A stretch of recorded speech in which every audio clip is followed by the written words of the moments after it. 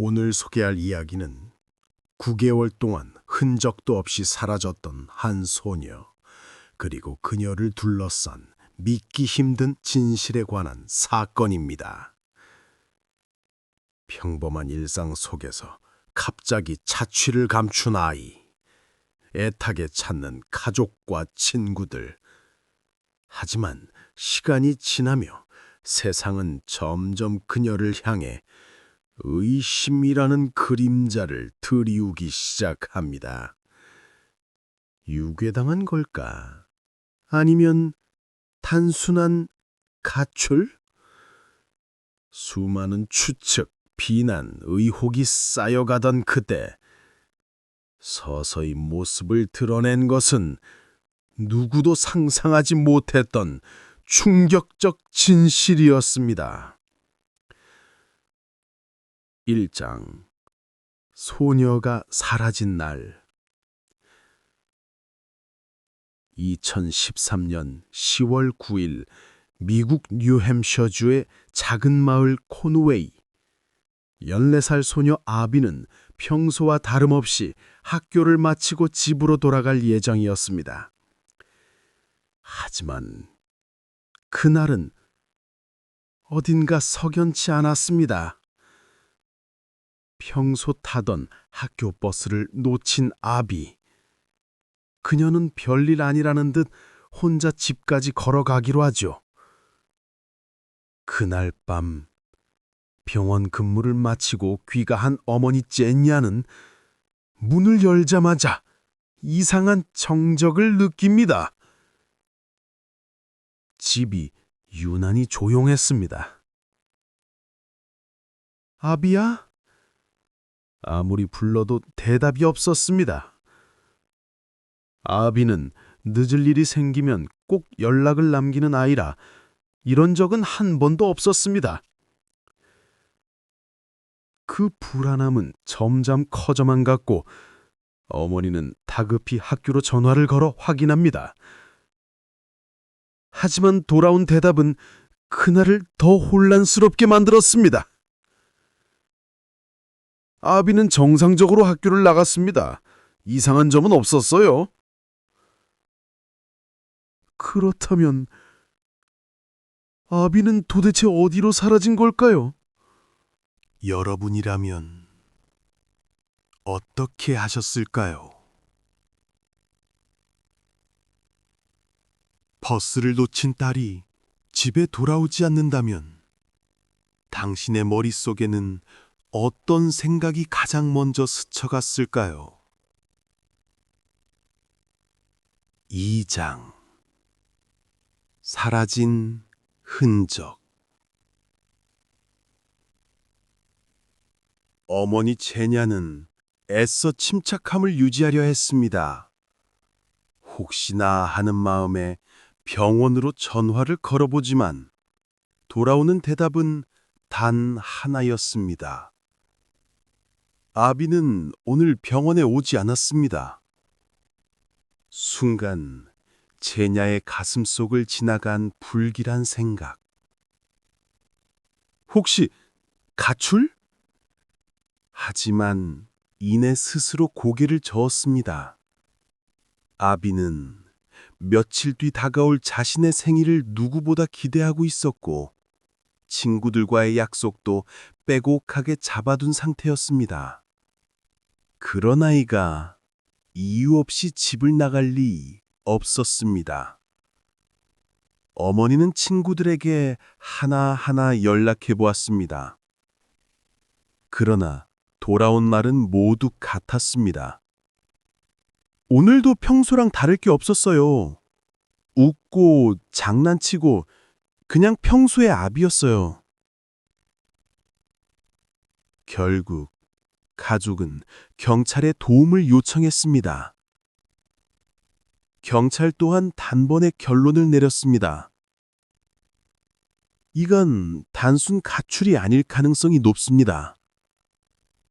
그리고 곧바로 본격적인 수색이 시작됐습니다. 3장.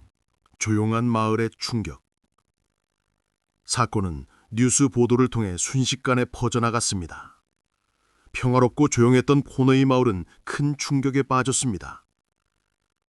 이곳에서 마지막으로 유괴 사건이 있었던 건 무려 30년 전. 그만큼 안전한 마을로 알려졌기에 주민들은 믿기 어렵다는 듯 입을 다물지 못했습니다. 수색에는 주 경찰뿐 아니라 FBI까지 투입되었습니다. 마을 주민들 역시 손전등을 들고 숲과 하천, 폐가까지 샅샅이 뒤졌습니다. 그야말로 마을 전체가 아비를 찾기 위한 하나의 팀이 된 셈이었죠. 하지만 아비의 생일이 다가오던 그날, 케이크에 촛불을 밝힐 수도, 생일 축하해라는 말을 건넬 수도 없는 그날, 아비의 행방은 아직도 완전히 미궁 속이었습니다. 사장, 한순간의 선택, 비극의 문이 열리다. 사건 당일 오후, 버스를 놓친 아비는 익숙한 골목을 따라 천천히 걸어가고 있었습니다. 가을 햇살이 나른하게 비추는 평범한 귀갓길이었죠. 그때 조용했던 길끝에서 한 대의 차량이 아비 쪽으로 천천히 다가왔습니다. 창문이 스르륵 내려가더니 운전석에 앉은 남성이 부드러운 목소리로 말을 건넸습니다. 집까지 태워다 줄까? 이 근처 사는 거지. 순간 아비의 걸음이 멈췄습니다. 조금 피곤했고 머리도 아픈 상태였지만 낯선 어른의 제안을 쉽게 받아들일 수는 없었습니다. 아비는 조심스레 대답했습니다. 괜찮아요. 금방이에요. 하지만 남성은 계속해 친근한 말투로 아비의 경계를 풀어갔습니다. 가까운 거리라도 위험하잖아. 아는 동네니까 걱정하지 마.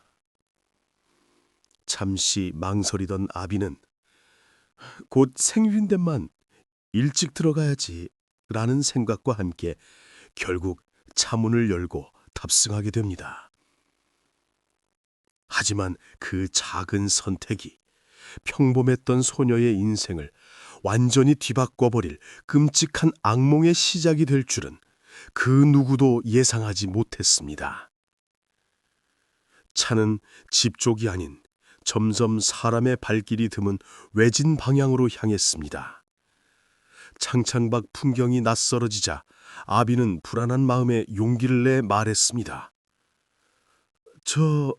집이 가까워요. 여기서 내려주시면 안 될까요? 그 말이 끝나기도 전 남성의 표정이 순식간에 싸늘하게 변했습니다. 그리고 아비가 손잡이를 잡으려던 그 순간 남성은 조용히 그러나 단호하게 총을 꺼내들었습니다. 5장 지옥의 문이 열리다. 총구가 눈앞에 겨눠진 순간 아비는 몸이 굳어버렸습니다. 저항할 틈도 주어지지 않았습니다. 남자는 차에서 내리지도 않은 채 순식간에 아비의 손목에 차가운 수갑을 채웠습니다. 그리고 그녀의 눈 위에 거친 천을 억지로 덮어 씌우며 차량 대시보드 아래 작은 공간으로 밀어 넣었습니다. 허리를 펼 수도 없는 그 좁은 공간, 금속과 플라스틱 냄새가 뒤섞인 그곳에서 아비는 숨조차 제대로 쉴 수 없었습니다. 움직임을 느낀 남자가 차갑게 소리쳤습니다. 가만히 있어. 아비가 본능적으로 몸을 비틀자 순간 다리에 찍 하고 전류가 튀는 소리가 울렸습니다. 남자가 스턴건을 사용한 것이었습니다. 간단한 장난감처럼 보이지만 이 장치는 신경계를 강하게 자극해 사람을 일시적으로 마비시키는 위험한 무기였죠. 아비는 눈을 가린 채 울먹이며 몸을 움츠렸습니다. 그럼에도 살아남겠다는 마음으로 작은 저항을 시도할 때마다 스턴건의 전류는 반복해서 그녀의 다리를 덮쳤습니다. 점점 기운이 빠져나가며 손끝과 발끝이 저릿하게 떨려왔습니다. 이 남자 도대체 왜 이러는 거지? 나는 뭘 잘못한 거지? 두려움에 압도된 아비는 울음을 터뜨리며 애원했습니다. 부탁드릴게요. 보내주세요. 아무한테도 말하지 않을게요. 정말이에요. 제발. 하지만 남자의 대답은 단 한마디였습니다. 내 이름은 마스터다. 앞으로 그렇게 부르도록 해. 그 한마디는 차 안의 공기를 얼어붙게 만들 만큼 소름 끼치는 말투였습니다. 차가 멈춰서고 아비는 억지로 끌려 어느 건물 안으로 들어갑니다. 아직 눈은 가려진 상태였죠. 거친 손에 떠밀리듯 매트리스 위에 던져지고 눈가리개가 벗겨진 순간 아비는 주변을 둘러보다 숨이 멎을 듯한 충격에 휩싸입니다. 그곳은 완벽히 외부와 차단된 밀실, 차갑게 깔린 금속 바닥, 두터운 방음벽, 틈없이 막힌 철제문. 아비는 머릿속으로 단번에 깨닫습니다. 여긴 감금하는 곳이야. 도망칠 수 없어. 남자는 얼굴을 금색 가면으로 숨기고 있었고 말없이 아비를 매트리스 옆 철봉에 사슬로 묶기 시작합니다. 그리고 그녀의 얼굴을 티셔츠로 덮고 그 위에 헬멧까지 씌워 아비가 아무것도 볼 수 없게 만들었습니다. 남자의 목소리가 귀 옆에서 낮게 울립니다.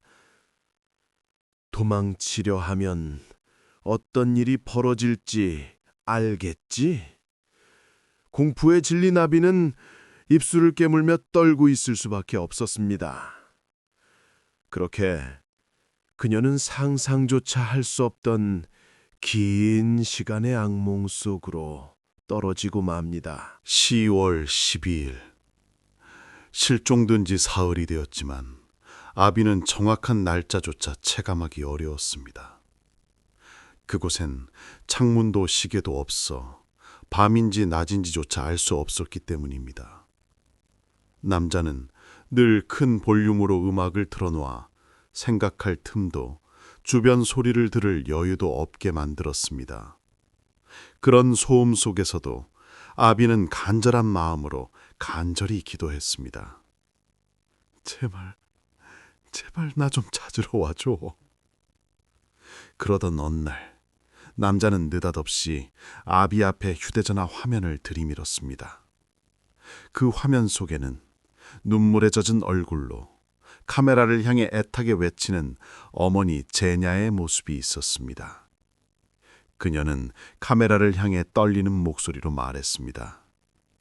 아비요, 제발 돌아와줘. 어디 있든 듣고 있다면 제발. 그 순간 아비의 가슴은 무너져 내리는 듯했습니다. 소리를 내면 안 된다는 걸 알기에 그저 이를 꾹 물고 눈물이 새어나오지 않게 버틸 수밖에 없었습니다. 아비는 조용히 숨을 고르며 지금까지 버틴 이유를 다시 가슴속에 새겼습니다. 엄마가 기다리고 있어. 어떤 일이 있어도 버텨야 해. 8장 거짓 편지. 유괴된 지 2주가 지나던 어느 날 남자는 갑자기 아비에게 종이와 펜을 던져주며 말했습니다. 당장 편지 써. 네 엄마한테 가출했다고 전해. 아비는 떨리는 손으로 종이를 바라보았습니다. 남자가 시키는 대로 적어야 한다는 걸 알고 있었죠. 그가 요구한 문장은 짧았습니다. 나는 가출했어. 잘 지내고 있으니 걱정 마. 이 편지는 경찰의 수색을 늦추기 위한 치밀한 수법이었습니다. 하지만 아비는 그 작은 기회를 그냥 흘려보낼 수 없었습니다. 종이를 뒤집어 아무도 알아보기 힘들 만큼 조심스레 손톱으로 글자를 그어내기 시작했습니다. 도와줘. 유괴됐어. 그녀가 할 수 있는 유일한 SOS였습니다. 하지만 그 희미한 글자는 결국 남자의 눈에 띄고 말았습니다. 남자의 얼굴은 순간 일그러졌고 곧이어 잔인한 처벌이 내려졌습니다. 스턴건 특유의 찌직하는 소리가 방안을 찢고 아비는 참을 수 없는 비명을 토해낼 수밖에 없었습니다. 그렇게 모든 희망을 짓밟힌 뒤 아비는 다시 펜을 잡게 되었습니다.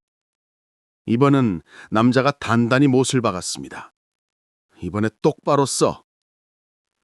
아비는 눈물로 번진 글자를 바라보며 천천히 적어 내려갔습니다. 엄마, 이런 일을 해서 정말 미안해. 그 말이 마치 진심인 것처럼 보이게 그녀는 그렇게 강요당했습니다. 9장. 편지를 받은 어머니. 11월 6일. 아비가 사라진 지 거의 한 달이 지나던 날, 어머니 제냐 앞으로 한 통의 편지가 도착했습니다. 보낸 사람은 바로 아비였습니다. 편지를 손에 쥔 순간 어머니는 잠시 안도했습니다. 살아는 있는 거구나 하는 희망이 스쳤기 때문입니다. 하지만 편지를 펼친 바로 그 다음 순간 제냐의 눈은 다시 흔들리기 시작했습니다. 글씨는 분명 아비의 필체였지만 말투가 이상했습니다.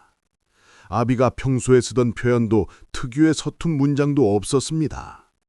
마치 누군가가 흉내를 낸 듯한 느낌이 들었습니다. 불안해진 어머니는 곧장 경찰에게 상담을 요청했습니다.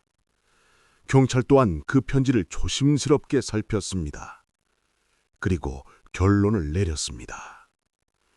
이 편지는 지금 당장 공개해서는 안 됩니다. 만약 아비가 정말 누군가에게 붙잡힌 상태에서 억지로 편지를 쓴 것이라면 그 사실이 범인에게 알려지는 순간 아비의 안전이 더 위험해질 수 있다는 판단이었습니다. 그러나 시간이 지나도 단서는 나오지 않았고 수사는 교착 상태에 빠지기 시작했습니다. 결국 경찰은 더 많은 시민의 눈과 도움이 필요하다고 판단했습니다. 위험이 따른다 해도 제보를 받아야 합니다. 편지를 공개하겠습니다. 그렇게 아비의 편지는 정식으로 언론에 공개되었고 이 사건은 완전히 새로운 국면으로 넘어가게 됩니다. 10장. 비난의 폭풍. 아비의 편지가 공개되자 세상은 예상 밖의 반응을 보였습니다. 처음에는 무사하길 바란다는 말들이 이어졌지만 곧 분위기는 급격히 바뀌기 시작했습니다. 유괴는 무슨 그냥 가출한 거겠지. 임신해서 집 나간 거 아니야? 처음부터 좀 수상했어. 뉴스 보도와 온라인 커뮤니티에서는 사실 확인도 되지 않은 뜬 소문과 비난이 쏟아졌습니다. 피해자라면 왜 이렇게 조용해? 이건 본인이 자초하니라 하냐? 아비는 어둡고 차단된 방 안에서 지옥 같은 시간을 견디고 있는데도 세상은 그녀를 향해 차갑고 잔인한 말을 내뱉고 있었습니다. 왜 이런 일이 벌어졌을까? 피해자 비난.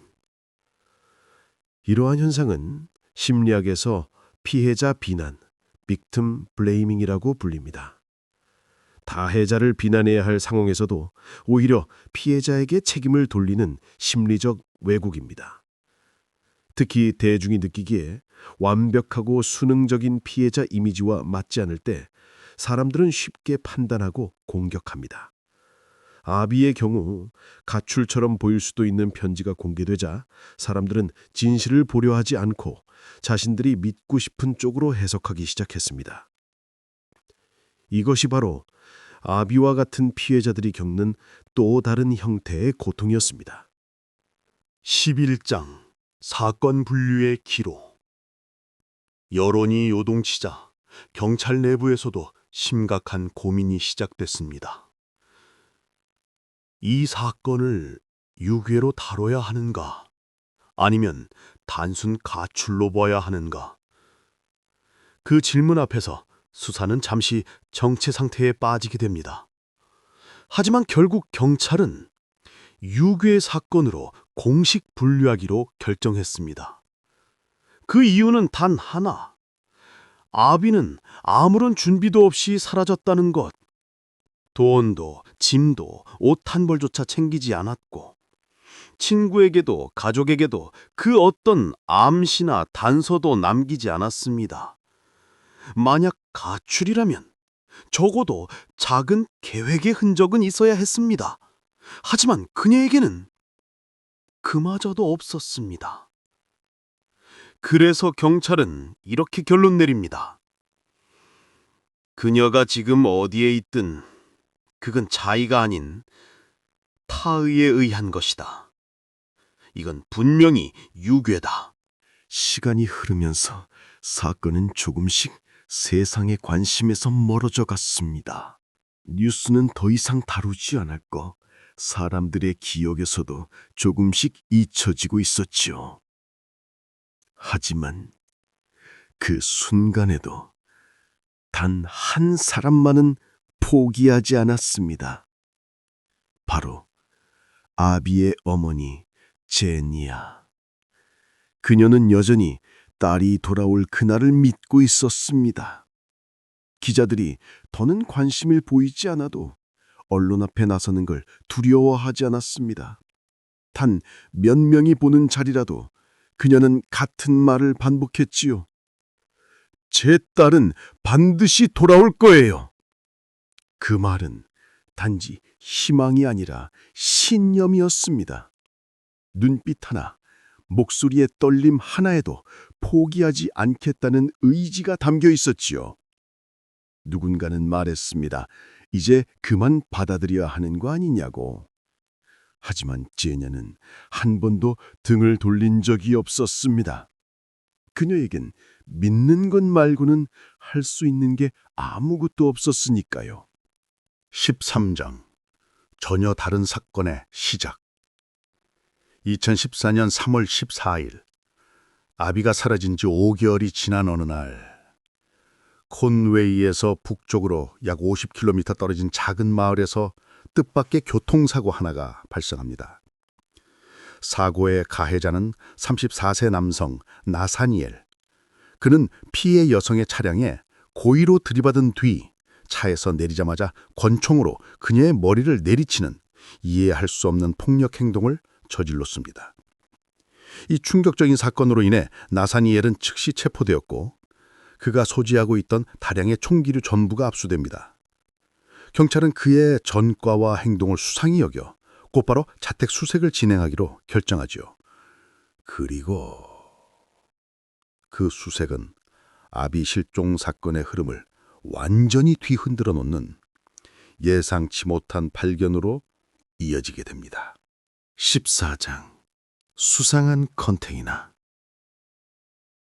자택 수색이 한창이던 중 경찰은 나사니엘의 뒷마당에서 눈에 띄게 거대한 수송용 컨테이너 하나를 발견합니다. 오래되어 보이지만 누군가 최근까지 손을 댄 흔적이 역력한 구조물. 경찰은 그 앞에 선 나사니엘에게 묻습니다. 이 안은 뭐가 있죠? 하지만 나사니엘은 놀랄 만큼 침착하게 그리고 단호하게 대답합니다. 그곳은 수색영장에 포함되지 않았어. 말할 의무도 열 이유도 없지. 경찰은 적법한 절차를 이유로 더 깊이 캐묻지 않고 결국 그 컨테이너를 열어보지 않은 채 현장을 떠납니다. 그 순간엔 그 누구도 예상하지 못했습니다. 바로 그 컨테이너 안에 세상을 충격에 빠뜨릴 진실이 숨어 있었음을. 그리고 나사니엘이 바로 아비를 납치한 범인일지도 모른다는 사실을요. 15장 감시 강화. 경찰이 집을 다녀간 뒤 나사니엘의 태도는 극도로 날카로워졌습니다. 그는 누군가 자신을 지켜보고 있다는 불안에 사로잡혔고 그 불안은 그대로 아비에 대한 통제로 이어졌습니다. 그날 이후 아비는 더 좁은 공간에 갇혀야 했고 24시간 사슬에 묶인 채 단 한순간도 감시에서 벗어날 수 없었습니다. 숨을 쉬는 것조차 조심스러운 나날들. 그녀는 매일 끝없는 공포 속에서 버텨야 했습니다.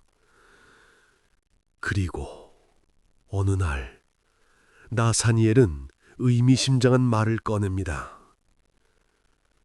넌 이제 너무 많은 걸 알아버렸어. 여기엔 더 이상 있을 수 없어. 그 말이 끝나기 무섭게 나사니엘은 아비를 거칠게 끌어당기더니 힘으로 자동차 트렁크에 밀어넣었습니다. 곧이어 트렁크 문이 쿵! 묵직한 소리와 함께 닫혔습니다. 어디로 향하는지, 무슨 일이 벌어질지 모른 채 차는 다시 움직이기 시작합니다. 16장 두 번째 감금. 트렁크 속에 갇힌 채 이동된 아비. 차가 멈춘 뒤 그녀가 끌려간 곳은 또 다른 감금 공간이었습니다.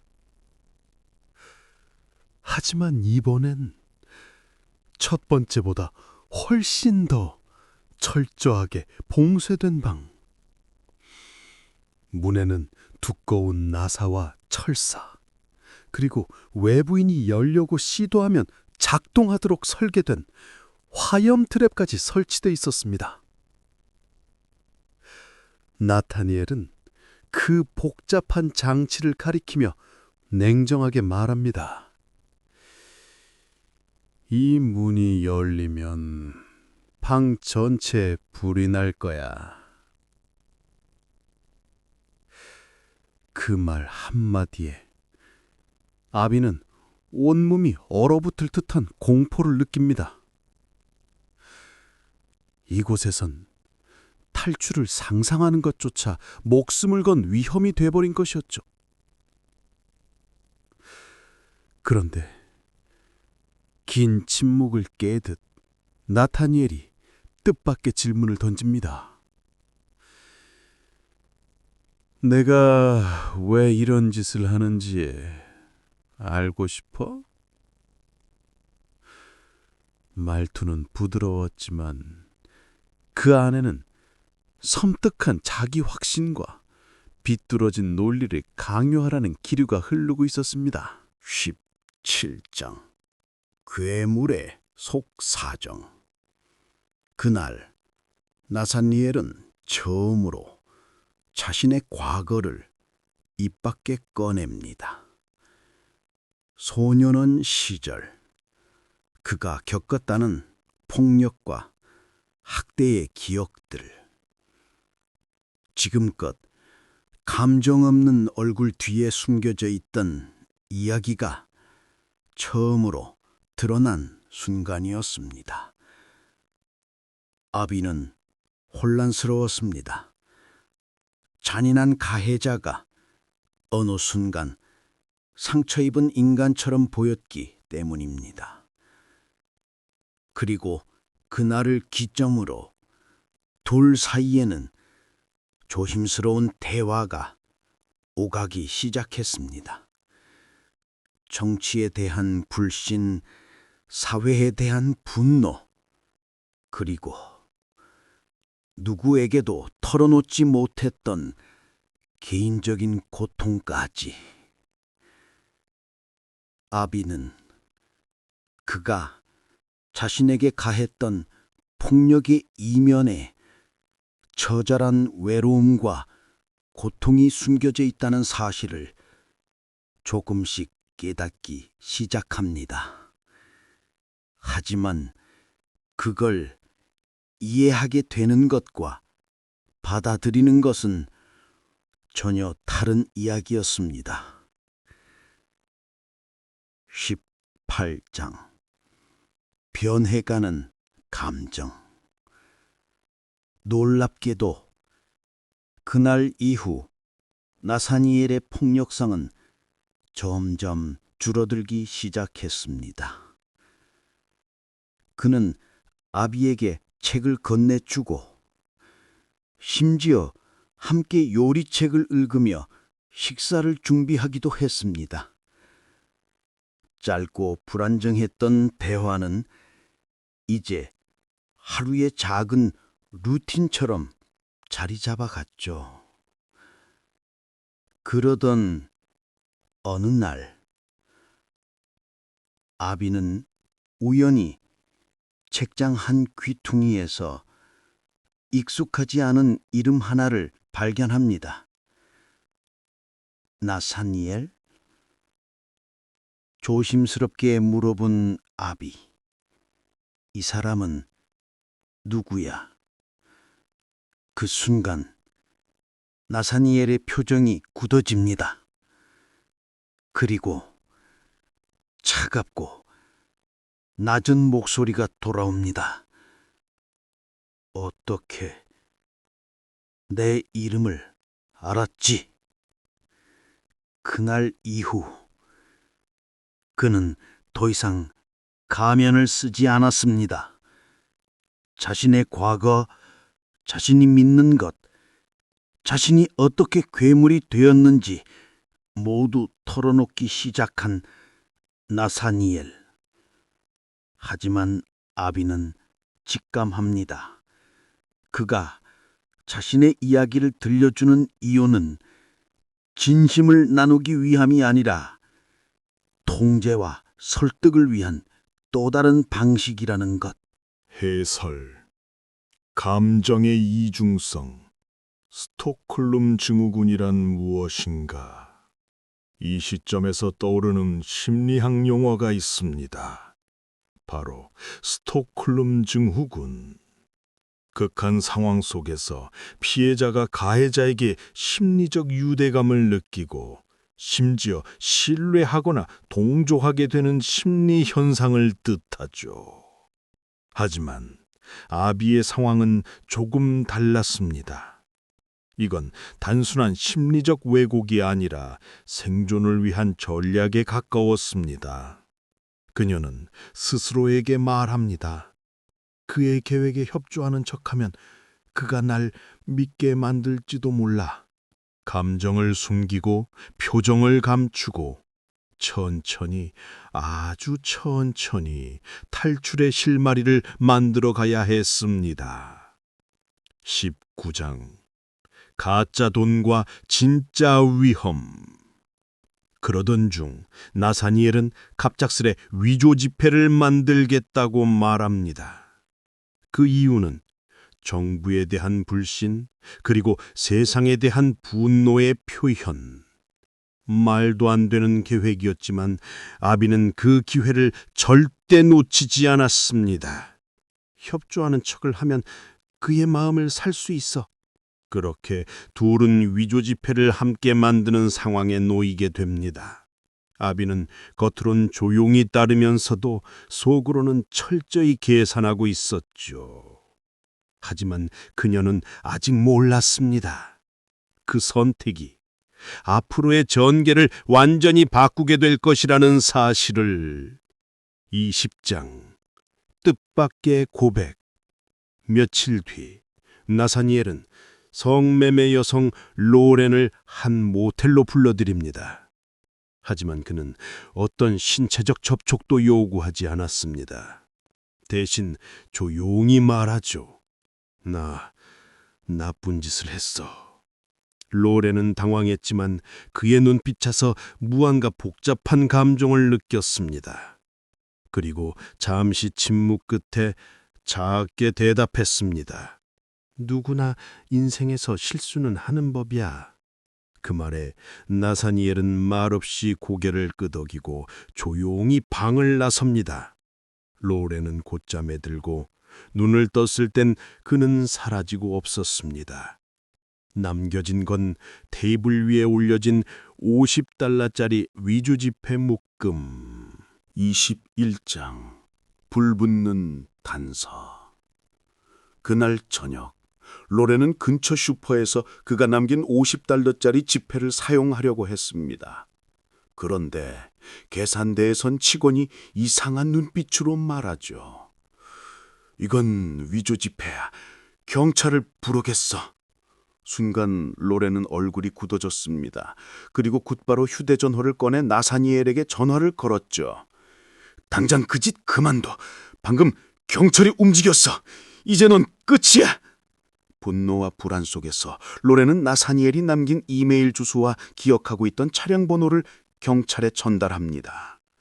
그 순간 9개월 동안 닫혀있던 아비 사건의 문이 조용히 하지만 확실하게 열리기 시작합니다. 22장 복주하는 범인. 그 전화를 받은 후 나사니엘은 집안에서 완전히 무너져 내리기 시작합니다. 아비 앞에서 무언가를 집어던지고 미친 듯이 고함을 지르며 알 수 없는 말을 반복합니다. 숨막히는 긴장감 속에서 아비는 놀랍도록 차분하게 그를 바라보고 있었습니다. 지금 이 남자 감정 통제가 안 되고 있어. 여기서 내가 무너지면 안 돼. 9개월 동안 그녀는 그를 어떻게 다뤄야 하는지 천천히 철저히 배워왔던 것이죠. 그리고 마치 대본에 있는 장면처럼 조용히 다가가 두 손을 천천히 내밀고 나즈막하게 말합니다. 무슨 일이 있었는지 말해줄래요? 그 한마디는 광기로 흔들리던 나사니엘의 몸을 잠시나마 멈춰 세웁니다. 아비는 그를 어떻게 다뤄야 할지 알고 있었습니다. 언제 대화를 꺼내야 하는지, 언제 감정을 숨겨야 하는지, 그리고 지금은 그가 가장 약해진 순간이라는 것을. 23장 자유를 향한 문. 폭주가 멈춘 뒤 나사니엘은 마치 모든 걸 내려놓은 듯 자신의 이야기를 털어놓기 시작합니다. 가족 이야기, 세상에 대한 분노, 그리고 아비를 처음 본 그날의 기억까지. 말을 마친 그는 갑작스레 이렇게 말합니다. 여기서 나가도 좋아. 믿기지 않는 말이었습니다. 하지만 아비는 천천히 방을 나섭니다. 그리고 문을 열고 나온 그녀의 눈앞에 펼쳐진 풍경은 충격 그 자체였습니다. 바로 건너편, 단 몇 걸음 떨어진 곳에 그녀가 처음으로 감금되었던 방이 있었던 것입니다. 차로 몇 시간을 이동한 줄 알았는데 전부 같은 집의 뒷마당이었어. 그녀는 잠시 말없이 그 자리에 섰습니다. 이 모든 시간, 이 모든 공포가 생각보다 훨씬 가까운 거리에서 벌어졌다는 사실, 현실이 더 무섭게 다가오는 순간이었습니다. 24장 마지막 이별. 나사니엘은 아비의 수갑을 풀어주고 그녀가 처음 입고 있던 옷을 조심스럽게 건넵니다. 그리고는 등 돌린 채 방안을 정리하기 시작하죠. 급하게 무언가를 챙기는 그의 모습. 그걸 바라보던 나비는 두 가지 가능성이 머릿속에 떠오릅니다. 정말 나를 보내려는 걸까? 아니면 마지막으로 더 끔찍한 일을 준비 중인 걸까? 심장은 쿵쾅거렸고 온몸은 긴장으로 굳어 있었습니다. 하지만 그 다음에 벌어진 일은 그녀조차 예상치 못한 방향으로 흘러갑니다. 감정의 변화, 괴물에서 인간으로. 9개월 동안 아비는 단지 공포에 떨며 살아온 것만은 아니었습니다. 그녀는 나사니엘을 괴물이 아닌 인간으로 대했고 그 안에 남아있던 아주 작은 인간성을 향해 끊임없이 말을 걸었습니다. 날카로운 말 대신 차가운 시선 대신 조용한 대화와 경청으로. 그리고 그 결과 나사니엘은 그녀에게 비뚤어진 형태의 애정을 품게 됩니다. 그 감정은 구원도 사랑도 아니었지만 분명한 건 그것이 이 모든 상황을 바꾸는 열쇠가 되었다는 사실. 25장 돌아가는 길. 아비는 조심스럽게 차에 올라탔습니다. 하지만 차이라는 감정은 아직 실감되지 않았습니다. 나사니엘의 침묵, 그리고 차 안을 감도는 무거운 공기. 불안감은 여전히 그녀를 짓누르고 있었습니다.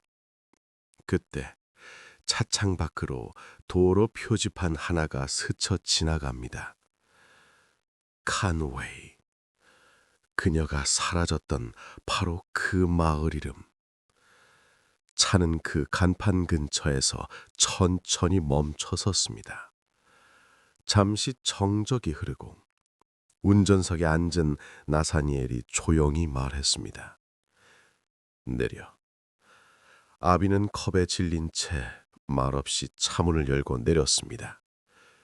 그리고 문이 닫히는 소리가 나자마자 차는 급히 출발하며 먼지 속으로 사라졌습니다. 그의 뒷모습은 점점 작아지고 아비는 그 자리에 홀로 남겨졌지요. 바람소리, 흙길, 멀어지는 엔진음.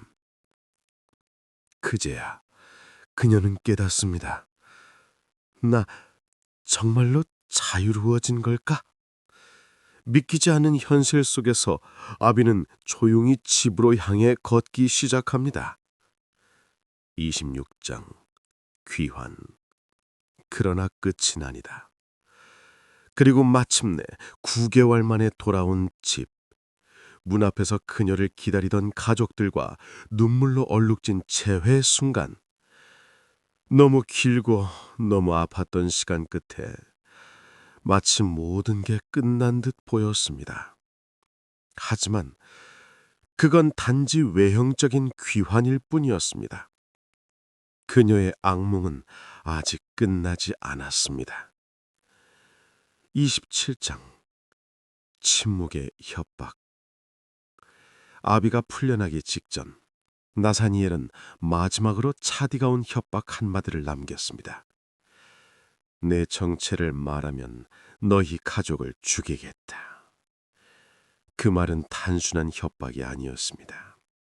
9개월간의 지옥 같은 경험이 있었기 때문에 그 협박은 더 현실적으로 다가왔습니다.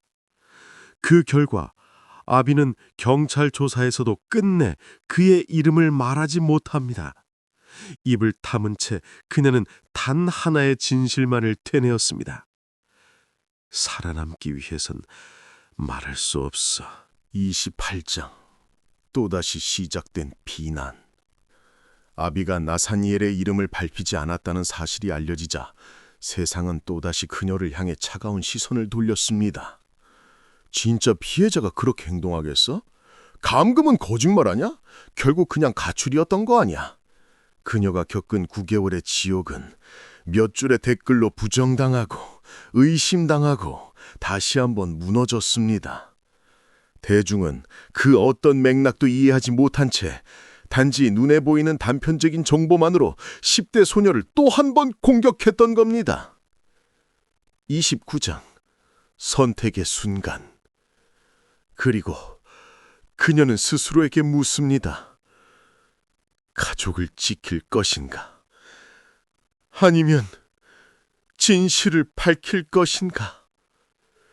끝없는 침묵, 끝없는 공포 속에서 벼랑 끝에 몰린 아비는 마침내 결단을 내렸습니다. 가족의 따뜻한 손, 그리고 이제는 더 이상 숨어있지 않겠다는 의지. 그녀는 조용히 경찰서를 찾아가 나사니엘의 이름을 그리고 모든 진실을 털어놓습니다. 이제는 말할 때야. 30장 체포와 재판. 신고가 접수된 직후 경찰은 즉각 작전에 돌입했습니다. 무장한 특수요원이 배치되고 나사니엘의 자택은 조용히 포위됩니다. 폭발물, 무기, 인질 가능성까지 모든 최악의 시나리오를 대비한 긴장감 속에서 지휘관의 목소리가 울렸습니다. 진입 시작! 하지만 의외로 나사니엘은 총 한 발 없이 순순히 체포되었습니다. 그는 아무 말도 하지 않았고 저항도 하지 않았습니다. 그리고 이어진 수사에서 드러난 건 더욱 충격적인 진술이었습니다. 수백 건에 달하는 여성 대상 범죄, 그가 남긴 183건의 증거. 이건 단순한 유괴 사건이 아니었습니다. 수년이 이어진 범죄의 연쇄였고 아비는 그 끝을 막아낸 유일한 생존자였습니다. 31점 정의의 심판 2016년 5월 26일 오랜 시간이 걸렸지만 마침내 법정에서 정의가 실현됩니다. 나사니엘 기비는 7건의 중범죄에 대해 유죄를 인정하며 법원은 그에게 최소 45년에서 최대 90년형을 선고합니다. 그날 아비 역시 증언대에 올라 직접 그의 눈을 바라보며 말합니다. 그가 제게 한 일의 영향은 아직도 제 삶에 남아 있어요. 하지만 그 경험 덕분에 자유가 얼마나 소중한 것인지 알게 됐고 저는 더 강해졌습니다. 그날의 법정은 단지 가해자를 심판한 자리가 아니었습니다.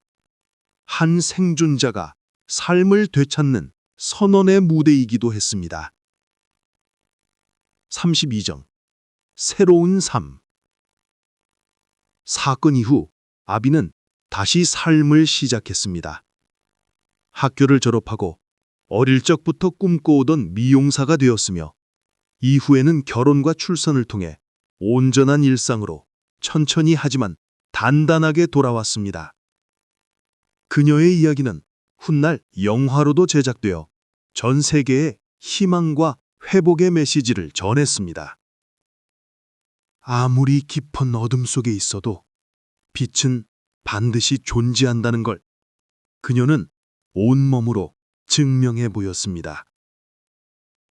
이번 이야기는 단순한 실종 사건이 아니었습니다. 9개월간의 어둠 속에서 한 소녀는 끝까지 사람으로 남아 있었습니다. 무너질 수밖에 없던 순간에도 그는 가해자 속에 남은 작은 인간성을 보고자 했고 그 믿음은 결국 그녀를 진짜 자유로 이끌었습니다. 여러분이라면 그 상황에서 어떤 선택을 할 수 있었을까요? 이 이야기는 우리가 흔히 말하는 진실과 정의라는 말이 얼마나 복잡하고 무거운지를 다시 한번 보여줍니다. 그리고 무엇보다 어떤 어둠 속에서도 다시 삶을 시작할 수 있다는 희망의 메시지를 남깁니다. 오늘의 이야기가 마음에 남으셨다면 구독과 좋아요 그리고 알림 설정으로 앞으로도 함께 해주세요.